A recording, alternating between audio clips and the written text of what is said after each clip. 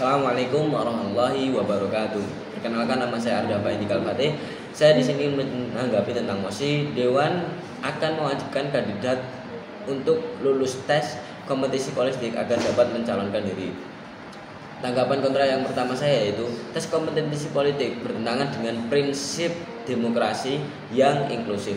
Demokrasi itu prinsipnya one person one vote. Artinya semua warga yang memenuhi syarat punya hak sama untuk mencalonkan diri dan diri yang dipilih.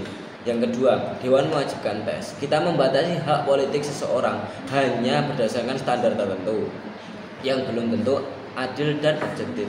Yang ketiga, tes tersebut bisa menjadi alat yang justru mengurangi partisipasi politik rakyat, terutama kelompok minoritas dan rakyat biasa yang cenderung minim atas berkurangnya teknologi ataupun akses yang lainnya. Yang keempat, lalu contoh nyata sistem semacam ini berpotensi membuat ruang politik didominasi oleh orang-orang elit berpendidikan tinggi, bukan wakil rakyat dari semua lapisan masyarakat. Jadi mewajibkan tes bertentangan dengan prinsip demokrasi yang menempatkan rakyat sebagai pemegang kedaulatan tertinggi.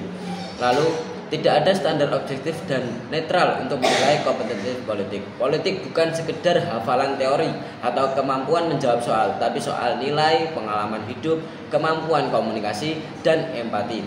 Lalu kompetensi politik tidak bisa diukur hanya dengan tes tertulis atau ujian formal. Misalnya seseorang aktivis yang sangat paham soal masalah rakyat bisa jadi kalah oleh calon yang pintar, tes tidak punya integritas.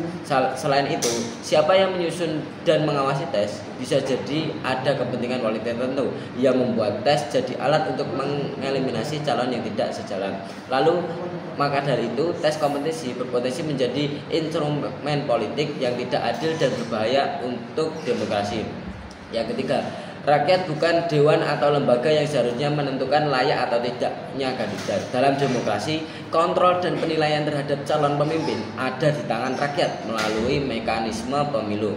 Lalu jika calon dianggap tidak layak, rakyat punya hak dan kesempatan untuk menolak lewat pemilihan langsung, bukan melalui tes yang diatur oleh lembaga tertentu. Memberikan kekuasaan seleksi ini ke lembaga atau dewan berarti menggeser kekuasaan rakyat ke tangan elit birokrasi yang berpotensi akan menimbulkan penyalahgunaan kekuasaan. Lalu ini juga akan mengurangi transparansi dan akuntabilitas dalam sistem politik.